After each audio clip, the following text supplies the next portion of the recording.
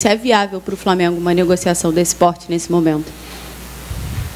Bem, de fato, o interesse pelo Claudinho é verdadeiro. A gente já fez alguns procedimentos em relação a falar com o empresário, ver de fato qual é o tamanho do apetite e do empenho que o jogador poderia fazer ou pode fazer para colaborar, ajudar, ajustar para essa contratação. Quanto à resposta, ao questionamento, ao interesse nosso de começar a falar em 18, 19, não sei quantos milhões, isso aí é um procedimento normal, um pedido do clube. O Flamengo vai tentar pagar o menos possível, perto do justo. Eles vão tentar pedir o valor que eles acham que de fato vale o jogador, que tem a valorização que eles acham que tem que ter. Isso é um procedimento normal, natural. A gente tem que ter paciência. Se teve alguma coisa que a gente teve que ter nesses dias aí em relação às contratações, foram paciência. Porque quando o Flamengo vai para o mercado, vai em cima de algum jogador,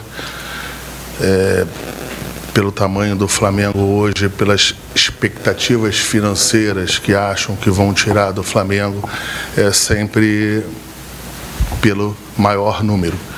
E tem questões em que a gente tem o limite de mercado, enquanto que a gente acha quanto vale cada jogador, passa em cima também do procedimento do fluxo financeiro, de como é que serão esses pagamentos e como é que os outros clubes irão aceitar esses pagamentos.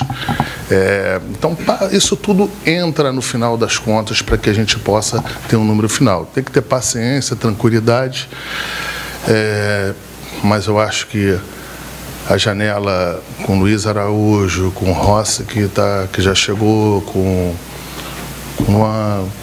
enfim, então os jogadores que estão vindo estão chegando, são jogadores que eu acho que a gente estava bastante tempo empenhado em trazer, e graças a Deus a gente já estão aí. Marcos Braz, Spindel, Marcos Coelho, Rádio Tupi. Outra negociação estava em curso, mas de uns tempos para cá temos lendo menos coisas sobre ela, até por conta da situação do time do jogador, o De La Cruz, do River Plate. Um time avançou para as oitavas de final da Libertadores e, pelo menos no nosso entendimento do lado de cá, ficaria mais difícil essa contratação com o River se classificando. Queria saber de vocês, oficialmente, qual é a posição do Flamengo, se tem conversas ainda com o De La Cruz ou se, de fato, essa classificação do River colocou um ponto nessa tratativa. Obrigado. De fato, também uma outra negociação em que o Flamengo entendia que fosse um jogador qualificado, entende que é um jogador qualificado para estar aqui, mas o River Plate sentou em cima da multa contratual, que é perto 16 milhões de dólares, e isso o Flamengo não quer pagar, não entende que seja razoável pagar.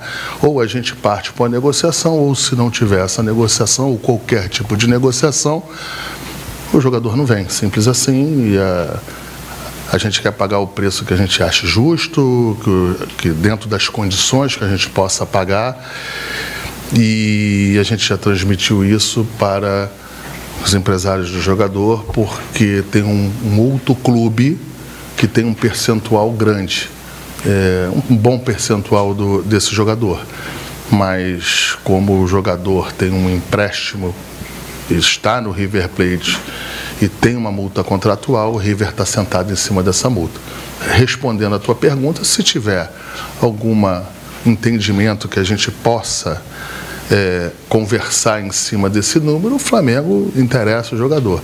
Não podendo acontecer, o Flamengo segue numa paralela, segue no mercado para encontrar outras boas alternativas que a gente entenda que possa qualificar ainda mais o elenco. Braz, boa tarde, Igor Siqueira do UOL. Sobre Gabriel Barbosa, Gabigol, duas situações com ele, uma já de longa data em relação à renovação dele, vocês estão conversando, aí aparece uma situação de possível contato de Rússia, clube russo, interesse. Qual é o real cenário do Gabigol em relação à negociação dele? Se quiser também falar de outras renovações. E um episódio que é relatado pelos amigos do GE depois do jogo de sábado, uma discussão que vocês dois teriam praticado ali dentro do vestiário por conta da lesão dele, né, por conta do gramado. O que de fato aconteceu no vestiário entre você e o Gabigol depois da partida?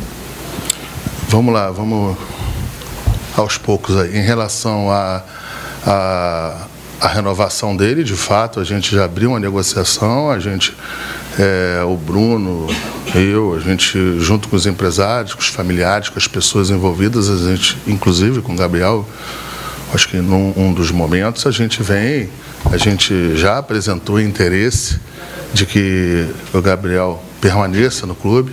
É um jogador que ainda tem 1 ano e meio de contrato com a gente, mas 1 ano e meio passa rápido. Se você fizer a análise das janelas aí que possam chegar a isso, tirando essa janela agora, você tem mais 2 janelas, isso é pouquíssimo, e o Flamengo não pode correr o risco de ter qualquer desconforto em relação, um pouco mais na frente. Mas, para deixar bem claro, o Flamengo tem o interesse da renovação do jogador, é um jogador que a gente sabe o tamanho dele, tem absoluta consciência do tamanho dele, da importância que ele teve em todos os títulos recentes nossos, mas são números e a gente vai ter com calma, vai encontrar um bom número. Aí agora as outras perguntas, vamos lá. O episódio no vestiário em relação ao gramado, a crítica que ele fez, enfim, a cobrança, como segundo foi publicado pelos amigos do GE. Sim, vamos lá. De fato, a gente teve uma discussão dentro do vestiário, isso procede. Essa discussão foi após, para deixar claro, após o Sampaoli dar todas as instruções pertinentes ao jogo. 70% ou 90% do time principal e dos outros jogadores já estavam a caminho do campo. 1 ou 2 jogadores ainda estavam ali, para deixar claro que esse episódio ele nada tem a ver, eu não poderia ter nenhum tipo de desconforto em relação ao jogo, né? Então, dito isso, mais uma vez, de fato eu tive um problema com ele, só que se relatou que o começo, pelo menos, da minha discussão com ele não foi em relação ao gramado.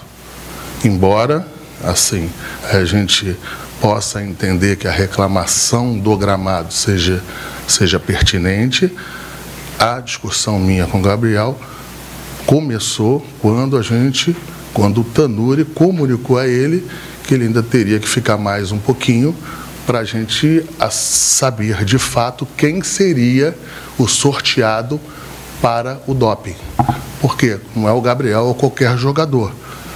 Quando um jogador vai embora, se ele for sorteado, o doping, esse doping ele passa a ser tecnicamente um doping até positivo, né? Se for sorteado, ele não se apresentar lá. Então foi só isso. E disso aí para frente é uma situação minha com o Gabriel, e que será resolvido. Eu não preciso de nenhum intermediário para resolver nada com nenhum jogador do Flamengo e nem com o Gabriel. As coisas serão resolvidas. Eu não estou aqui minimizando, não estou falando isso. O que eu estou falando, que serão resolvidas e não terá nenhum tipo de problema para que se continue um elenco e um time vencedor e forte, para que a gente possa ter um final de temporada muito melhor que foi do começo.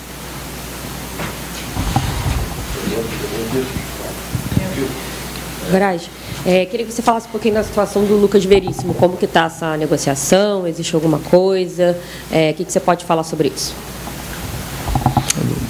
Olha, assim, o que a gente pode falar é que é um belíssimo jogador, mas negociação no momento, não há negociação aberta com ele. Mas é um belo jogador. Aqui, Marcos, tudo bem? Enfim, você falou que não começou a discussão por conta de gramado. Queria saber até sobre o gramado, você como responde pelo departamento de futebol, Enfim, já houve queixas públicas até de atletas, o próprio Sampaoli falou e tudo mais. O que vocês podem fazer para melhorar, para não ter nenhum tipo de acusação de que pode ter tido lesão por conta do gramado, etc. e tudo mais? O que você pode fazer? E outra situação, o Bruno Henrique, algum tipo de movimentação para renovação de contrato, que voltou bem, está muito bem agora, enfim, já está em reta final, por favor. Eu acho que a primeira coisa que a gente tem que falar do gramado, e talvez seja duro, mas a gente tem que enfrentar e dizer isso, que eu acho que esse também foi o erro. Acho que a gente deveria ter, eu pelo menos deveria ter feito. O gramado do Flamengo nunca será maravilhoso.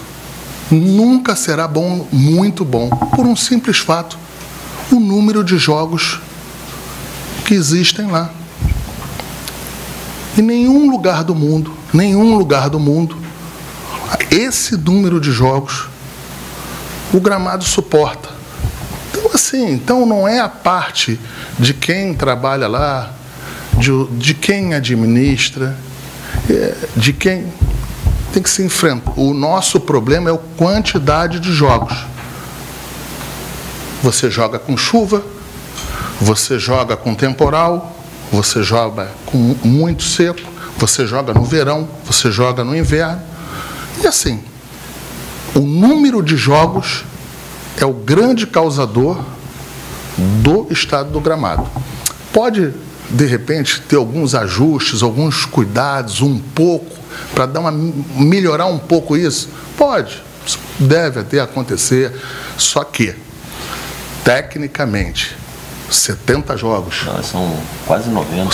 Já tem mais de 40. Já tem mais de 40, estamos em julho, agosto.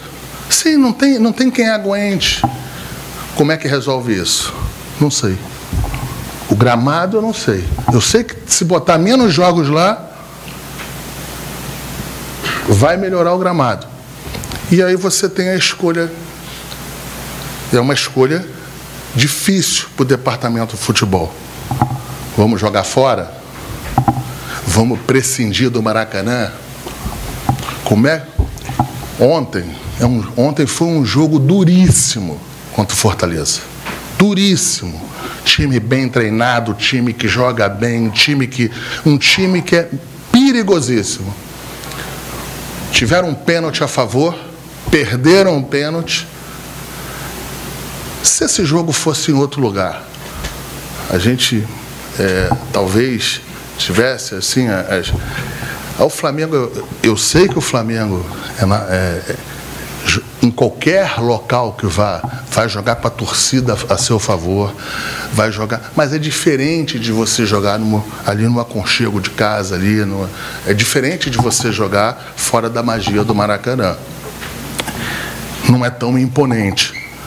Então, a gente sempre tenta levar nos limites para os jogos serem no Maracanã, e quando a gente faz isso, a gente chega ali no borderline ali de começar a jogar com gramado adverso. Eu entendo as posições dos jogadores, eu entendo alguns questionamentos, mas o problema é matemático. Não é? O problema é matemática. Não aguenta jogar 90 jogos, 70, 80 jogos lá. Nem lá, nem em lugar nenhum do mundo. Ou então faz aí como estão fazendo aí no futebol brasileiro. Já tem 3 ou 4 times aí jogando no sintético. Não sei até onde vai aí. A nossa liga vai ser a liga mais bonita que tem. Jogar com 10, 12, 15 times em lugares sintéticos. É outro esporte. Eu acho que se não tiver um freio nisso, daqui a pouco a gente está com 8, 7 lugares aí. Por quê? Porque a gente não tem um calendário, infelizmente, ainda adequado para que a gente possa suportar isso aí. O Flamengo não suporta 90 jogos. Alguém tem que ser penalizado. E, infelizmente, são os jogadores tanto do Fluminense como do Flamengo, ou com os nossos adversários também, que reclamam bastante, né? os nossos adversários também reclamam, não é o primeiro. Eu já vi jogadores aí de outros, não vou expor o time, mas com razão reclamarem muito, entendeu? Então, assim, é um problema sistêmico, é um problema que a gente não consegue resolver, é um problema que não está dentro do departamento de futebol para resolver, não está debaixo do meu guarda-chuva, nem do Bruno, não é do futebol, mas mesmo que se fosse, com este número de jogos, é impossível. Bruno Henrique, a gente é um jogador que dispensa comentário, dispensa qualquer tipo de... Acho que de falar de qualquer coisa, a gente na hora certa, a gente vai conversar com ele. É um jogador que nos interessa, um jogador que é de casa, um jogador que sempre nos ajudou, vem nos ajudando agora. E a gente acredita que não vai ter nenhum problema para que ele continue. Marcos, boa tarde, Bruno. Dito tudo isso que o senhor acabou de explicar para a gente em relação ao gramado, quantidade de jogos, e aí falou até sobre a questão da possibilidade de grama sintética que tem acontecido. Não, desculpa. Sim, só para deixar claro. Eu em nenhum momento eu disse que teria essa possibilidade. O que eu estou falando... Não, eu não estou te corrigindo, não, pelo amor de Deus. Eu só estou pontuando porque eu sei para onde vai. Isso aqui para mim. Não é de vocês, não. É interno. Eu sei para onde vai. Então, assim, para deixar claro que numa quantidade de jogos dessa, a única solução para o Flamengo e para o Fluminense para jogarem 90 jogos lá, 80, é o sintético, que é um absurdo. Beleza. Dito isso... esclarecido. Já houve algum tipo de reunião, alguma conversa interna de vocês com o Fluminense, com o próprio Maracanã, para falar friamente sobre essa possibilidade do gramado sintético, visto que o calendário provavelmente vai continuar sendo o mesmo, não vão haver tantas mudanças em relação ao número de jogos? Essa é a pergunta, se já aconteceu alguma reunião.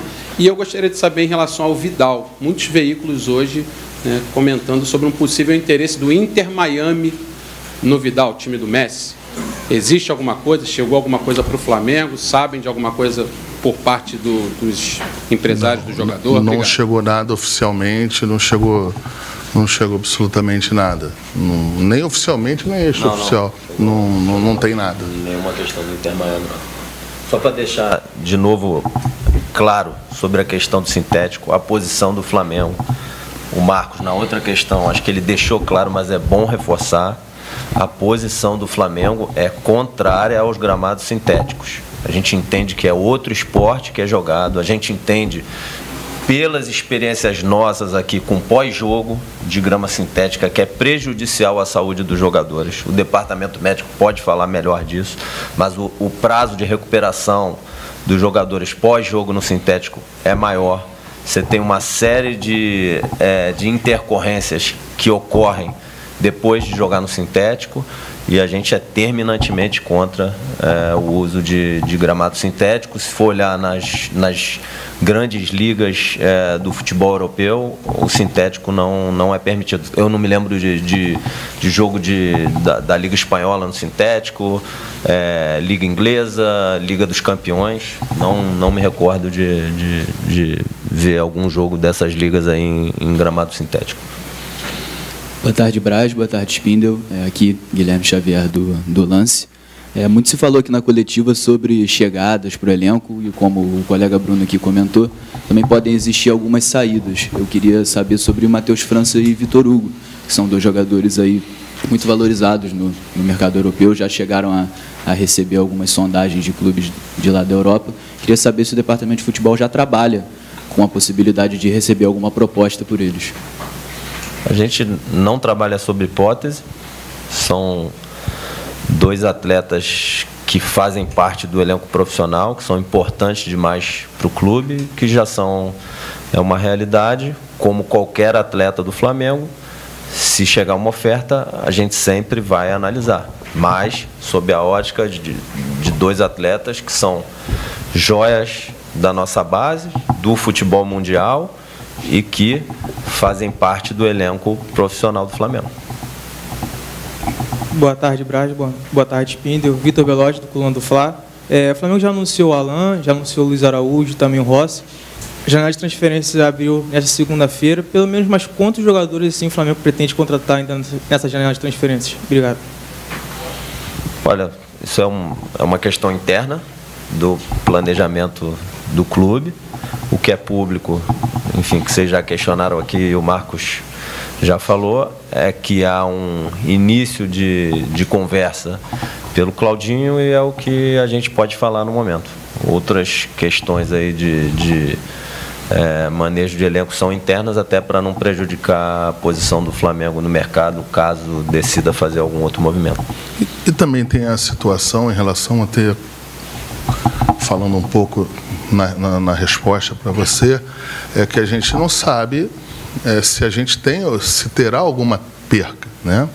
O Flamengo vai fazer o possível, o máximo possível para continuar com o elenco forte, não perder absolutamente para ninguém, não vai perder para absolutamente nada, nenhum jogador, mas às vezes não é possível, às vezes por várias razões você pode ter alguma intercorrência. Então a gente também está, essa tua pergunta, ela é muito em função do como é que vai ser essa janela também, né? O Flamengo está bem seguro dos contratos que faz, não tem um jogador, eu acho, que a gente não fique numa mesa para negociação em função das multas, as multas contratuais, né? São multas contratuais que botam o Flamengo sistematicamente em todas as mesas de negociação. E a gente está muito tranquilo, muito seguro, até porque o Flamengo o que o Flamengo está querendo fazer é manter os títulos que a gente tem e essa que é o empenho e o pedido do presidente Rodolfo Landim. Braz, Raíssa Simplício aqui da Gol, vou fazer uma para você e uma para o Bruno. Para você é o seguinte, De La Cruz ou Claudinho, ou o Flamengo pode contratar os dois? E para o Bruno, o Flamengo fez alguns investimentos, vários investimentos já, né? Esse ano, Gerson, Luiz Araújo, o Alan agora. Eu queria saber se o Flamengo bateu a meta de compra de investimentos e se agora, para entrar, vai precisar negociar para sair. Como é que está essa questão das metas orçamentárias? Bom, acho que a gente não trabalha com o princípio de expor para o mercado metas orçamentárias para que a gente possa estar nas mesas de negociação sem que o clube do outro lado da mesa faça qualquer inferência sobre a estratégia do Flamengo. O que o Flamengo sempre mostrou desde o início da gestão do presidente Rodolfo Landim, e sempre vai ser um princípio que vai nos nortear, é a responsabilidade financeira dentro do departamento de futebol e do clube como um todo. Então, o clube ter níveis adequados de caixa, o clube ter níveis adequados de endividamento e, dentro desses parâmetros de folha sobre faturamento, nível adequado de endividamento, caixa, proteção do caixa do Flamengo, o Flamengo vai para o mercado sempre tendo esses princípios de responsabilidade, e acho que a principal mostra disso é que o Flamengo é um dos poucos clubes do mundo que, durante o período de pandemia e após o período de pandemia, conseguiu reduzir bastante seu endividamento, subir os níveis de caixa e, ainda assim, ali a partir do início de 2022, voltar a investir na contratação de atletas. Então, acho que agora a gente já está num período mais normal e que a gente pode ir diluindo esses investimentos ao longo do tempo e equilibrando o que for necessário do ponto de vista financeiro. E não deixando de responder a tua pergunta, entre um jogador e outro, ou os dois jogadores, é claro que numa situação normal seria um ou outro, claro. Agora, mais uma vez, o mercado está aberto, a gente não sabe o que perde, isso aí não fica em planejamento, porque você não tem o poder de saber o que vem de outro lado, de uma Arábia Saudita, estou dando exemplos assim. Então, numa situação normal, seria um. Agora, dependendo do que você vai perder, você faz os ajustes e pode ir para os jogadores que você entender que possa qualificar o elenco. E, no caso, esses 2 jogadores são 2 grandes jogadores que a gente entende que, se tiver dentro do Flamengo, serão jogadores importantíssimos para a gente. Boa tarde, Marcos. Boa tarde, Bruno. Gabriel Orfan, canal Paparazzo Rubro-Negro. Eu queria saber um pouco de vocês sobre a situação de 2 jogadores. Primeiro, o Wendel, que chegou a falar para amigos próximos que tinham interesse de ir para o Flamengo, estava até esperando o contato do Braz. Queria saber se o Flamengo tem um interesse... Não, o Flamengo não tem interesse e não terá meu contato. Tá. E sobre o Varela, saíram notícias essa semana de que o Sampaoli teria liberado ele para ir em busca de outro clube. Queria saber se chegou algo para vocês a respeito do Varela, sobre essa situação. Para mim, não tem absolutamente nada em relação a isso aí.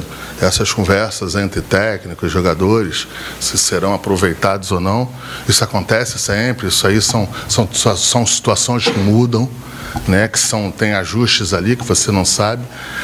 O Varela é um jogador que é um jogador de Copa do Mundo, de seleção uruguaia, e está dentro do nosso elenco. Se o jogador te apresentar alguma insatisfação e conversar com a gente constrói, não é com Varela, é com qualquer um, né? Agora, não tem nada ainda, não tem absolutamente nada. O Wendel é em relação a isso. Não teve contato nosso e a gente também, pelo menos eu, não farei contato. Última aqui. Canal Rafa Melo, boa tarde, Spindel, boa tarde, Braz. Eu vou fazer uma para cada.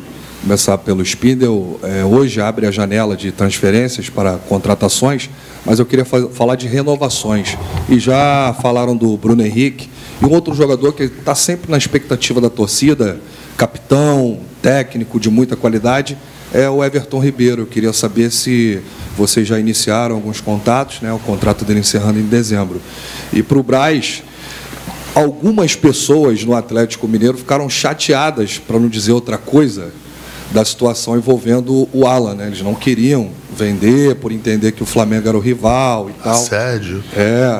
E eu queria saber... Esse enredo, toda vez esse enredo, não é do Atlético, não. Eu queria saber como é que foi esse processo. Daqui a pouco vão achar que eu sou viado.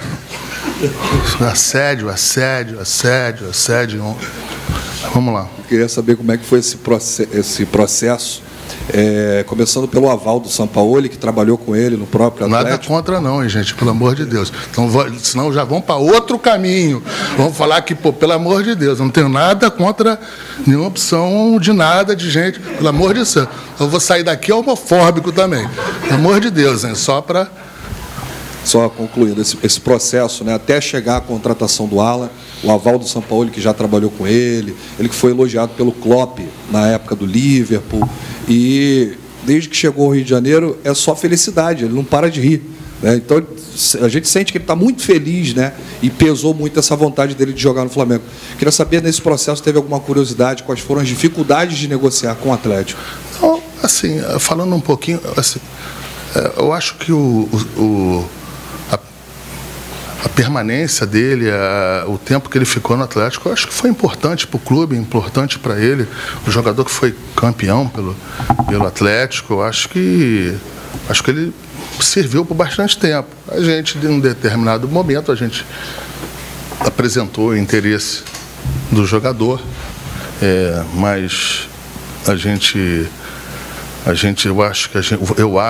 o Flamengo cumpriu todos os processos, todos os protocolos de uma forma honesta, correta e transparente para trazer esse jogador. A gente deu o máximo de informações possíveis para as pessoas responsáveis no Atlético.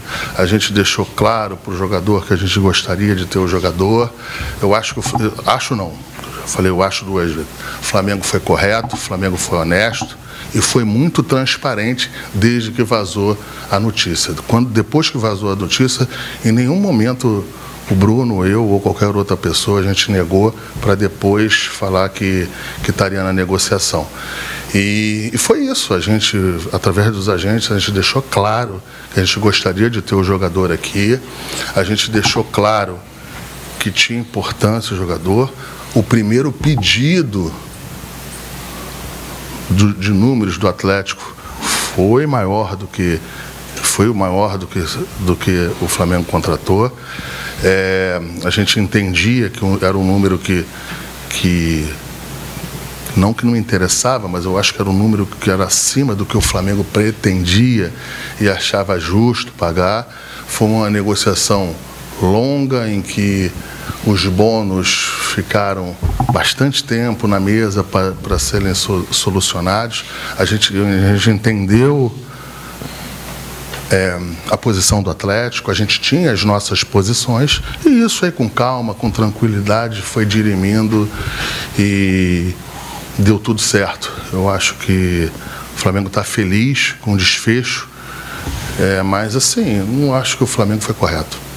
Eu acho que foi em bom tom entre as instituições, foi uma negociação profissional entre as instituições. Eu acho que nenhuma instituição, de forma geral, assim, tem o que comentar sobre... Acho que o Flamengo em nenhum momento tentou afrontar o Atlético em absolutamente nada, apenas tinha um interesse e muito de jogador, talvez uma posição que a gente entendesse que a gente queria um jogador que já estivesse aqui no Brasil, um jogador que tivesse com a experiência aqui dos campeonatos que a gente já joga. Então foi isso que aconteceu. O Flamengo foi respeitoso com o Atlético. Sobre o Everton e o Bruno, pedir desculpa aqui, vou dar uma resposta um pouquinho mais longa. Eu entendo que o caso do Everton e o Bruno é parecido com outros casos que a gente já viveu outros anos aqui, que as renovações correram super bem no momento que o clube e os atletas entenderam que era o momento. Então acho que é algo que é natural, que veio acontecendo ao longo desses anos, é um processo que a gente vai passar de novo, a gente espera que dê tudo certo. Mas eu gostaria de falar um pouquinho sobre eles e sobre o grupo, que além de serem craques, atletas muito talentosos, que tem uma história grande aqui no Flamengo, eu queria falar um pouco do caráter deles, do caráter do grupo, de forma geral. São atletas que já estão há bastante tempo aqui no Flamengo, fazem parte de uma das gerações mais vencedoras do clube, foram campeões com Abel, com Jorge Jesus, com Rogério Ceni, chegaram à final de Libertadores com Renato, foram campeões com Dorival. Então, assim, é uma geração de caráter que segue lutando para ser campeã e dando alegrias ao torcedor há muito tempo. Às vezes tem alguns momentos que são mais difíceis, que é natural, que a performance oscila, mas não é porque a gente, eles, o treinador que esteja aqui não queira. Em alguns momentos são processos de adaptação, de metodologias e processos humanos. Esse ano mesmo teve um determinado momento que a gente jogou 5 jogos em 12 dias. Esse ano a gente pode chegar a fazer 87 ou 89 jogos, se eu não me engano. É desumano. Agora, é uma geração vencedora, das mais vencedoras da história do Flamengo e de caráter. O talento, às vezes você ganha um título, ganha um jogo com talento. Mas se você não tiver caráter, você não fica 5 anos sendo vencedor num futebol tão competitivo quanto o brasileiro e o sul-americano. Assim, antes de finalizar, eu queria, em relação ao Gabriel, deixar aqui claro que, assim, eu entendo o trabalho de vocês, entendo que pode ou não ter situações que apareçam na imprensa para frente. Eu não vou falar mais desse assunto. Esse assunto aqui eu estou disponível para responder o que posso responder para vocês hoje. pelo menos eu, e vou aconselhar os meus companheiros aqui, internos aqui, para que a gente não fale mais desse assunto. Mais uma vez, eu sempre tive uma excelente relação com o jogador. A gente ganhou muitos títulos juntos, ele em campo, ele foi muito importante para a gente, mas em alguns momentos, ou em algumas situações, às vezes as coisas não acontecem por acaso, ou porque, independente de quem está certo, está certo. Freio de arrumação não quer dizer que o carro vá para trás. Freio de arrumação, às vezes, é um bom ajuste para as situações e o carro ir para frente.